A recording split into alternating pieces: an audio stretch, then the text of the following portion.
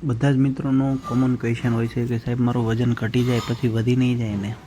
એના માટે સૌ પ્રથમ આપણે જાણીએ કે આપણું વજન શા માટે વધે છે. વજન વધવાના 10થી 12 કારણો છે જે સૌથી વધુ ઇમ્પોર્ટન્ટ હોતા હોય છે. એમાં સૌથી પહેલું છે કાર્બોહાઈડ્રેટ, શુગર અને ફેટ. કાર્બોહાઈડ્રેટ, શુગર અને ફેટ એટલે શું? કાર્બોહાઈડ્રેટ એટલે આપણે જે અનાજ ખાઈએ છીએ એ બધું કાર્બોહાઈડ્રેટ ગણાય. કાર્બોહાઈડ્રેટમાં સૌથી વધુ ઇમ્પોર્ટન્ટ છે ઘઉં, કેમ કે ઘઉંના બહારના પડની અંદર ગ્લુટન વધારે હોય છે, અંદર મેંદો હોય છે. આપણે બોડીને જેટલા કાર્બોહાઈડ્રેટની જરૂર છે એની કરતાં વધુ લઈએ તો ફેટમાં કન્વર્ઝેશન થાય છે. ત્યાર પછી છે શુગર. 120 નોર્મલ હોય છે. 2 આઈસ્ક્રીમ ખાઓ છો એક્ઝામ્પલ તરીકે, એમાં 500 શુગર એક્સ્ટ્રા આવે છે, તો વધારાનું 500 શુગર છે ફેટમાં કન્વર્ટ થતું હોય છે. ત્યાર પછી છે ફેટ.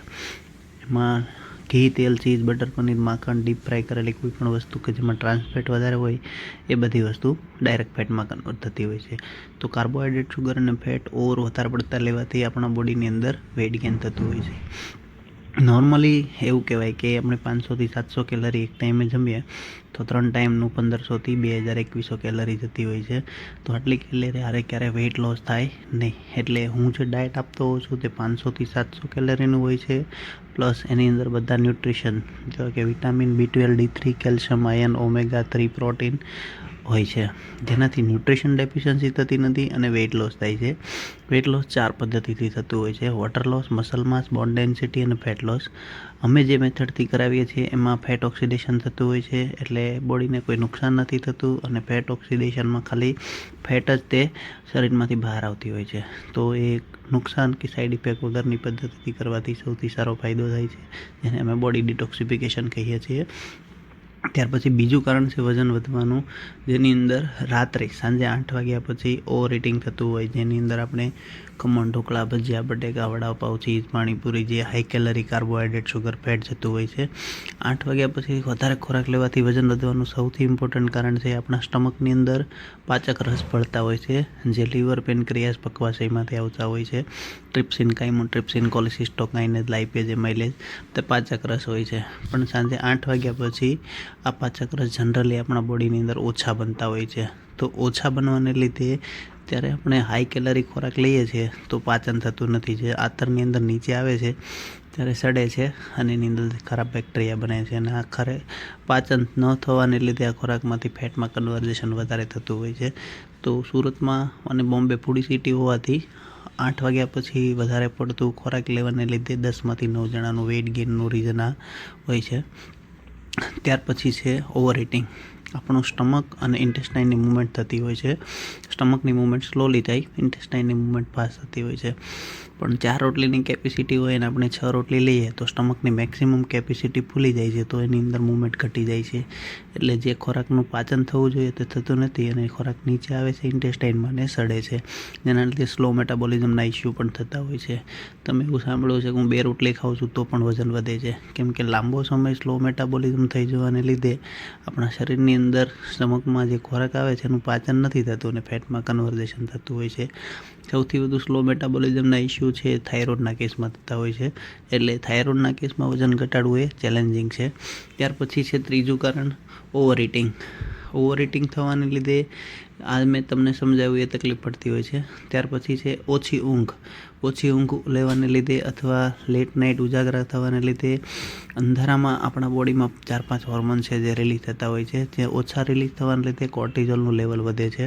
એટલે 8થી 10 કલાકની ઊંઘ કરવી જરૂરી છે અને રાત્રે 11 વાગ્યા પછી ઊંઘ લેવી જરૂરી છે, કેમ કે રાત્રે 11 વાગ્યા પછી અંધારામાં અમુક હોર્મોન રિલીઝ થતા હોય છે અને ઉજાગરા કરવાથી અથવા ઊંઘ પૂરી ન કરવાથી કોર્ટિઝોલનું લેવલ વધે છે અને આપણું વજન વધતું હોય છે.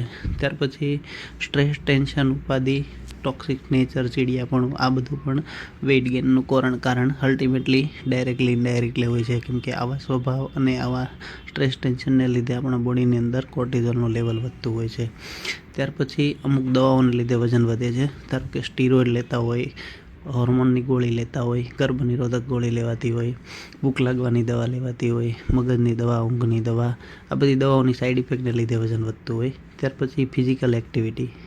ખેડૂત છે એનું ડાયટ 1500થી 1600 કેલરીનું હોય છે, પણ એનું વજન નથી વધતું, કેમ કે એ લોકોનું ખેતીનું કામ હોય છે. ખેતીના કામમાં એ લોકોની કેલરી જનરલી યુટિલાઇઝ થઈ જાય છે, એટલે એ લોકોને ફેટમાં કન્વર્ઝેશન થતું નથી. આપણે સિટીમાં રહીએ છીએ, ખેડૂત કરતાં હાઈ કેલરીનું ડાયટ લઈએ છીએ. 3 ટાઈમ જમવાને બદલે 4 થી 5 ટાઈમ નાસ્તો અને ખોરાક લેતા હોય છે, જેના લીધે 2000-2100 કેલરી જેવું ડાયટ વીકેન્ડમાં જતું હોય છે, અને રૂટીનમાં પણ 1500થી 1700 કેલરી જતું હોય છે, જેના લીધે ફેટમાં કન્વર્ઝેશન વધારે થાય છે. એટલે physical activity 1 hour compulsory in your life. 1 કલાક ફિઝિકલ એક્ટિવિટી કમ્પલસરી કરવી જોઈએ. ત્યાર પછી વધારે પડતો હાઈ કેલરી ડાયટ લેવાને લીધે ફેટમાં કન્વર્ઝેશન થાય છે, જેના લીધે વેઇટ ગેઇન થતું હોય છે. ત્યારબાદ છે વજન વધવાનું એક કારણ બેક્ટેરિયા.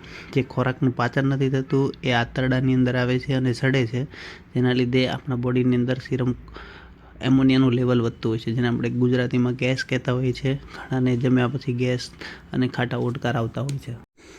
આ જે ગેસ બને છે એ સીરમ એમોનિયાને લીધે બને છે, અને જે સીરમ એમોનિયાનું લેવલ વધવાને લીધે ખોરાકમાં લાંબો સમય બેક્ટેરિયાનું પ્રમાણ વધતું જાય છે. અને બેક્ટેરિયા છે એ અલ્ટિમેટલી આપણના બ્રેનને સ્ટિમ્યુલેટ કરીને ડોપામાઇન, સેરેટેનિન, ક્રેનિનને અલ્ટર કરતા હોય છે, જેના લીધે આપણને ભૂખ લાગે છે, એમાં ગળી વસ્તુ ખાવાનું મન થાય, તીખું તળેલું ચટપટું ખાવાનું મન થાય, બહારના નાસ્તા, પાણીપુરીની લારી જોઈને ખાવાના ક્રેવર્જન આવે. આ બધા બેક્ટેરિયાને લીધે ભૂખ લાગતી હોય છે. બેક્ટેરિયા આવી જ ભૂખ કેમ લગાડે છે? કેમ કે આપણા બોડીની અંદર એ બેક્ટેરિયા આવા ખોરાકની અંદરનો ગ્રોથ ડબલ થતો હોય છે. એક્ઝામ્પલ તરીકે ડાયાબિટીસવાળાને ગુમડામાં હિલિંગ નથી આવતું, કેમ કે ડાયાબિટીસવાળા પેશન્ટના બોડીની અંદર ગ્લુકોઝ મીડિયા વધારે હોય છે, એટલે ગ્લુકોઝ મીડિયામાં બેક્ટેરિયા, વાયરસ, પેરાસાઇટનો ગ્રોથ ડબલ થતો હોય છે. એવી જ રીતે બેક્ટેરિયાનો ગ્રોથ પણ ડબલ થાય છે. તેના બેક્ટેરિયાના લીધે શરૂઆતમાં આપણું વજન 50 ગ્રામ, 100 ગ્રામ વધતું હોય છે. લેટર સ્ટેજમાં જે 1-2 કિલોમાં વધવા માંડે છે, કેમ કે આપણી લાઈફસ્ટાઈલની અંદર આપણે ઓવર ઇટિંગ કરીએ છીએ. 8 વાગ્યા પછી વધારે પડતું હાઈ કેલરી ડાયટ લઈએ છીએ, ઓવર ઇટિંગ થાય છે, ડાઇજેશનના ઇસ્યુ હોય છે. એની સિવાય અમુક કારણો એવા છે જેના લીધે વજન વધતું હોય છે. એમાંથી એક કારણ છે આંતરડામાં રહેલા બેક્ટેરિયા. ત્યારબાદ છે પાણી ઓછું પીવાતું હોય, ઓછા ફાઇબર લેવાતા હોય અને સ્લો મેટાબોલિઝમ હોય. ત્યાર પછી એક કારણ એવું છે હોર્મોન્સ ઇન્ડ્યુસ, મતલબ કે થાઇરોઇડ છે, ઇન્સ્યુલિન રેઝિસ્ટન્સ છે, PCOS છે. આવા કારણને લીધે પણ વજન વધતું હોય છે. ઘણી વખત જીનેટિકલ કોઝ હોય છે, જીનેટિક્સને લીધે બી વજન વધતું હોય છે, જેને વારસાગત આપણે જે કહેતા હોય છે એના લીધે વજન વધે છે. મિત્રો, આ બધા કોઝ એવા છે જેના લીધે આપણું વજન વધે છે. તો સૌપ્રથમ આપણી લાઈફસ્ટાઈલની અંદર મોડિફિકેશન કરવાનું છે. સાંજે 8 વાગ્યા પછી જમતા હોય એને બંધ કરી અને ઓટોફેજી મેનેજ કરવાનું છે. ઓટોફેજી મતલબ 8 વાગ્યા પછી જમવાનું બંધ. જેટલા બી મોટા સેલિબ્રિટી છે એના ડાયટિશિયન ને PT છે, એ લોકો ઓટોફેજી એડવાઇસ કરતા હોય છે. ઓટોફેજીથી શું ફાયદો થાય છે? રાત્રે 8 વાગ્યા પછી તમે જમતા નથી, એટલે સાંજે 8 વાગ્યાથી સવારે સુધી 10 થી 12 કલાક અંદર કોઈ ખોરાક હોતો નથી. અંદર ખોરાક નથી હોતો, એના લીધે આપણા બોડીની ઇમ્યુનિટી છે એ ફ્રી થઈ જાય છે. કેવી રીતે? એક એક્ઝામ્પલ તરીકે સમજીએ. મને હાથ પર કોઈ કટ લાગે છે તો હું કોઈ પણ દવા નથી લેતો તો બી સારું થઈ જાય છે, કેમ કે આપણા બોડીની અંદર ઇમ્યુનિટી હોય છે, રોગ પ્રતિકારક શક્તિ હોય છે, વાઇટલ ફોર્સ હોય છે. એમ કહીએ કે ભગવાને એક ડૉક્ટર આપણી અંદર મૂક્યા છે જે રિપેરિંગ કરે છે. તો આપણને એમ થાય કે મને BP, diabetes, thyroid, cholesterol, uric acid, વજન કેમ વધ્યું મારી અંદર? તો ડૉક્ટર છે રિપેરિંગ કેમ ન થયું? એનું કારણ છે આપણે 3 ટાઈમ જમીએ છીએ, લેટ નાઇટ, રાત્રે પણ મમરાન ડબ્બો લઈને બેઠા હોય, 5 ટાઈમ 4 ટાઈમ જમતા હોય, જેમાં આપણની જે ઇમ્યુનિટી છે એ ખોરાકનું પાચન કરવામાં જ યુટિલાઇઝ થઈ જતી હોય છે. તો ઓટોફેજી કરવાથી 12 કલાક ખોરાક નથી તો 12 કલાક આપણી ઇમ્યુનિટી ફ્રી થઈ જાય છે અને બોડીને હિલિંગ પાવરની અંદર લાવી દેશે. એટલે આપણા બોડીની અંદર જે ઇમ્યુનિટીનો યુઝ પાચન કરવામાં થઈ જતો તો એ રિપેરિંગ મોડ પર આવી જાય છે. આનાથી સૌથી સરસ ફાયદો થાય છે. એક એક્ઝામ્પલ તરીકે સમજીએ તો આજ સાયન્સને જૈન ધર્મએ એમના પોતાના ધર્મોની અંદર મૂકી દીધું છે. એ લોકો 8 વાગ્યા પછી જમતા નથી, કેમ કે એ લોકોને ખબર છે કે 8 વાગ્યા પછી જમવાથી વધારે પડતા બોડીની અંદર ઇન્ડાઇજેશનના ઇસ્યુ થાય છે. એ લોકો જમીનમાં થતી વસ્તુ નથી ખાતા, એટલે એ લોકોને જમીનની બહાર થતી વસ્તુ ખાવી પડે છે. તો જમીનમાં બટાકાને આવી વસ્તુ વધારે થતી હોય છે, જે કંદમૂળ આપણે તરીકે કહેતા હોય છે, એમાં સ્ટાર્ચનું પ્રમાણ વધારે હોય છે. એ લોકોને એ વસ્તુ નથી જમતા, એટલે ગ્રીનરી ખાય છે, એટલે લીલા શાકભાજી વધારે યુઝ કરતા હોય છે. તો લીલા શાકભાજીની અંદર ફાઇબરનું પ્રમાણ વધારે હોવાથી એ લોકોને કબજિયાત, ગેસની તકલીફ પણ થતી નથી. તો આના પરથી સમજીએ કે મોરલ ઓફ ધ સ્ટોરી શું છે. 8 વાગ્યા પછી ન જમવાથી સૌથી ઇમ્પોર્ટન્ટ તમારા બોડી હીટિંગ ફેઝમાં આવી જશે. ત્યારબાદ કાર્બોહાઈડ્રેટ, શુગર, ફેટ વધારે પડતું નથી લેતા, એટલે નવી ફેટ નહીં બને. 500થી 700 કેલરીનું ડાયટ જે તમને આગળ સમજાવવામાં આવશે એ પ્રમાણે તમે લઈશો એટલે ઓછી કેલરી જશે, અને જેની અંદર કાર્બોહાઈડ્રેટ, શુગર, ફેટ નથી હોતું એટલે વજન પણ નહીં વધે. અને આ ડાયટની અંદર બધા જ vitamin B12, D3, calcium, iron, nutrition, protein, omega 3 બધું જ છે, એટલે એક હેલ્થી ડાયટ જશે. તો ઇન શોર્ટ, આપણે રાત્રે વધારે પડતું જમવાનું નથી અને બોડીને ઓટોફેજી મોડ પર મૂકવાનું છે. ત્યારબાદ ઓવર ઇટિંગ નથી કરવાનું, જેટલી ભૂખ લાગે છે એના કરતાં થોડુંક ઓછું જમવાનું છે. સ્ટ્રેસ, ટેન્શન, ઉપાધિ છોડી દો.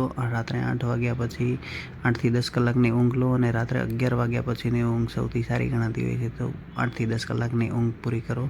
કારણ વગરની અનયુઝ્યુઅલ મેડિસિન લેતા હોય છે તે બંધ કરી દો. સ્ટ્રેસ, ટેન્શન, ઉપાધિ છોડી દો. ફિઝિકલ એક્ટિવિટી 1 કલાક કમ્પલસરી કરી દો, જેના લીધે તમારા બોડીની અંદર અનયુઝ્યુઅલ ફેટ જતી હોય તે સ્ટોપ થઈ જશે અને કેલરી બંધ થશે. ત્યાર પછી વધારે પડતા હાઈ કેલરી ડાયટ ઓછા કરો.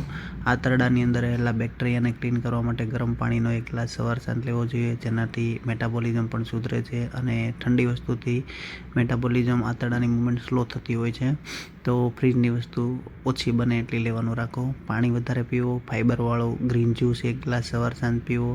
અને હોર્મોન્સના લીધે જે વસ્તુ થતી હોય છે વેઇટ ગેઇનની, તો એને કંટ્રોલ કરવા માટે થાઇરોઇડ હોય તો થાઇરોઇડની મેડિસિન લેવી જોઈએ. ઇન્સ્યુલિન રેઝિસ્ટન્સ હોય તો એની ટ્રીટમેન્ટ કરાવવી જોઈએ. PCOS વધારે હોય તો હોર્મોન ઇન્ડ્યુસ છે તો વજન ઘટાડવું જોઈએ, તો PCOS પણ કંટ્રોલ થઈ જાય છે અને હોર્મોન બી બેલેન્સ થાય છે. અમુક જેનેટિકલ કોઝ છે જેના લીધે વજન વધતું હોય છે, તો જેનેટિકલ કોઝની અંદર આપણે મેક્સિમમ કંઈ વધારે ચેન્જ નથી કરી શકતા, પણ ઉપરના જેટલા મેં રીઝન કીધા છે એને આપણે સારી રીતે મેનેજ કરી શકીએ છીએ, જેનાથી આપણા બોડીનું વેઇટ પણ બેલેન્સ થશે અને શરીરમાં રહેલા વધારાના પોઈઝન છે એ ક્લિનિંગ થશે. આપણી મેથડનું નામ બોડી ડિટોક્સિફિકેશન છે, જેની અંદર શરીરમાં 2 પ્રકારના પોઈઝન બનતા હોય છે. એક પહેલું પોઈઝન કે જે આપણા શરીરમાં ખોરાક અંદર જાય છે અને પાચન નથી થતું, ખોરાક સડવાને લીધે બને છે એ.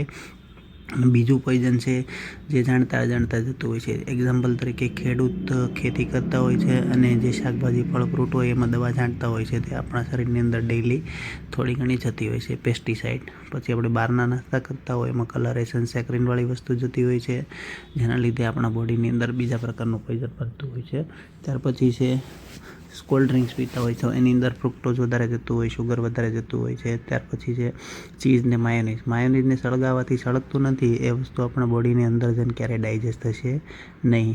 ડુપ્લિકેટ ચીઝ, પનીર આવતું હોય છે જેની અંદર વધારે પડતા પામ તેલ ને કલર કેમિકલ્સના યુઝ થતા હોય છે, જેના લીધે આપણા બોડીની અંદર નળી બ્લોક થતી હોય છે. એક્ઝામ્પલ તરીકે નાની ઉંમરમાં પહેલાં એટલા બધા એટેક નહોતા આવતા, હવે નંબર ઓફ એટેકના કિસ્સા નાની ઉંમરમાં પણ દેખાય છે. કેન્સરના સેલ પહેલાં આપણા બોડીની અંદર નાની ઉંમરમાં નહોતા દેખાતા, હવે વધારે પડતું તેલ, એક્ઝામ્પલ તરીકે ભજીયા તળવા માટે જે તેલ યુઝ થાય છે 3થી 4 વખત થાય પછી આયુર્વેદમાં એવું કહેવાય છે કે એમાં સારી ફેટ વધતી નથી, ટ્રાન્સફેટ હોય છે. એ ટ્રાન્સફેટ છે જેના લીધે આપણા બોડીની અંદર વધારે પડતી ગરમ થવાથી કેન્સર એટલે કે કાર્સિનોજનના સેલ બનતા હોય છે.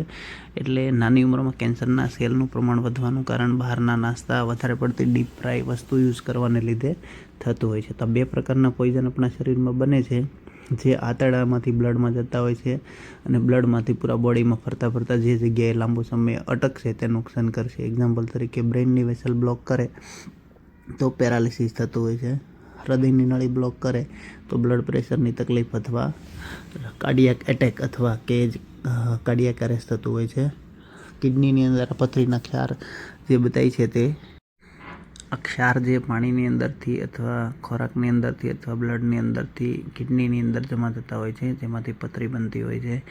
ફેટી લીવર એટલે ફેટી લીવર ગ્રેડ 1, 2 અત્યારે જે BMIથી લાંબો સમય 15, 20 કિલો, 25 કિલો વજન વધવાને લીધે કોલેસ્ટ્રોલનું લેવલ છે તે લીવરમાં જમા થાય છે, જેના લીધે ફેટી લીવર ગ્રેડ 1, 2 બનતું હોય છે. ત્યારબાદ ઇન્સ્યુલિન રેઝિસ્ટન્સના કેસ જોવા મળે છે. બીટા સેલનું ડિસ્ટ્રક્શન થાય છે વજન વધવાને લીધે, પ્લસ ઇન્સ્યુલિન રેઝિસ્ટન્સના કેસ પણ વધારે જોવા મળતા હોય છે. ઇન્સ્યુલિન ઓછું બને છે જેના લીધે ડાયાબિટીસ પણ આવતું હોય છે. ત્યાર પછી ઘણી વખત આપણા બોડીની અંદર ઇન્સ્યુલિન બીટા સેલ અને ઇન્સ્યુલિન રિસેપ્ટર નોર્મલ હોય છે, એમ છતાં પણ ડાયાબિટીસ આવે છે. એનું કારણ છે BMIથી લાંબો સમય સુધી કોલેસ્ટ્રોલનું લેવલ વધારે રહેવાથી ગ્લુકોઝને કોલેસ્ટ્રોલનું બોન્ડિંગ થઈ જાય છે. ઇન્સ્યુલિન રિસેપ્ટર ગ્લુકોઝને ઓળખે છે, કોલેસ્ટ્રોલ અને ગ્લુકોઝના બોન્ડિંગને ઓળખતું નથી. એટલે વધારાનું શુગર છે એને સેલમાં જવાની પરમિશન આપતું નથી. વજન ઘટે છે એટલે ગ્લુકોઝને કોલેસ્ટ્રોલનું બોન્ડિંગ તૂટી જાય છે અને કોલેસ્ટ્રોલ છે એ નીકળી જાય છે અને ગ્લુકોઝ વધે છે તો ફ્રી ગ્લુકોઝ છે એ ઇન્સ્યુલિન રિસેપ્ટર સેલમાં જવાની પરમિશન આપે છે. એટલે બોડી ડિટોક્સિફિકેશનથી વેઇટ લોસ કરવાથી વધારાનું ડાયાબિટીસ છે અથવા પ્રી ડાયાબિટીક સ્ટેજની અંદર જે બોડીમાં એક્સ્ટ્રા વધારે ગ્લુકોઝનું પ્રોડક્શન થાય છે એ નોર્મલ થઈ જતું હોય છે. આપણા બોડીની અંદર સેલ બનતો હોય છે અને તૂટતો હોય છે. સેલ તૂટે છે એમાંથી પ્યુરિન રિલીઝ થાય છે. પ્યુરિનની વેસ્ટ પ્રોડક્ટ એટલે યુરિક એસિડ છે. યુરિક એસિડ કિડનીમાંથી પેશાબમાં બહાર જતી હોય છે. તો યુરિક એસિડનું પ્રમાણ શરીરમાં વધવાને લીધે આપણને બે તકલીફ થતી હોય છે. એક તો પથરી બને છે યુરિક એસિડને લીધે અને બીજું ગાઉટની તકલીફ થાય છે, જેમાં આપણના શરીરના સ્મોલ જોઈન્ટની અંદર યુરિક એસિડનું લેવલ વધવાથી જોઈન્ટના પેઇન લાંબો સમય રહેતા હોય છે, જેને આપણે ગુજરાતીમાં વાના દુખાવા પણ કહેતા હોઈએ છીએ. તો આપણા શરીરમાં રહેલું આ વધારાનું કચરું, પોઈઝન, ટોક્સિન જે બી તમે કહો તે એને રિમૂવ કરવા માટે આપણા બોડીમાં 4 સિસ્ટમ હોય છે: સ્ટૂલ, યુરિન, પર્સ્પિરેશન અને રેસ્પિરેશન. સ્ટૂલની અંદર સોલિડ ફોર્મમાં કચરું નીકળતું હોય છે, પેશાબ અને પરસેવામાં લિક્વિડ ફોર્મમાં નીકળતું હોય છે અને રેસ્પિરેટરીની અંદર કાર્બન ડાયોક્સાઇડ સ્વરૂપે આપણા બોડીમાંથી ગેસ ફોર્મમાં કચરું બહાર નીકળતું હોય છે.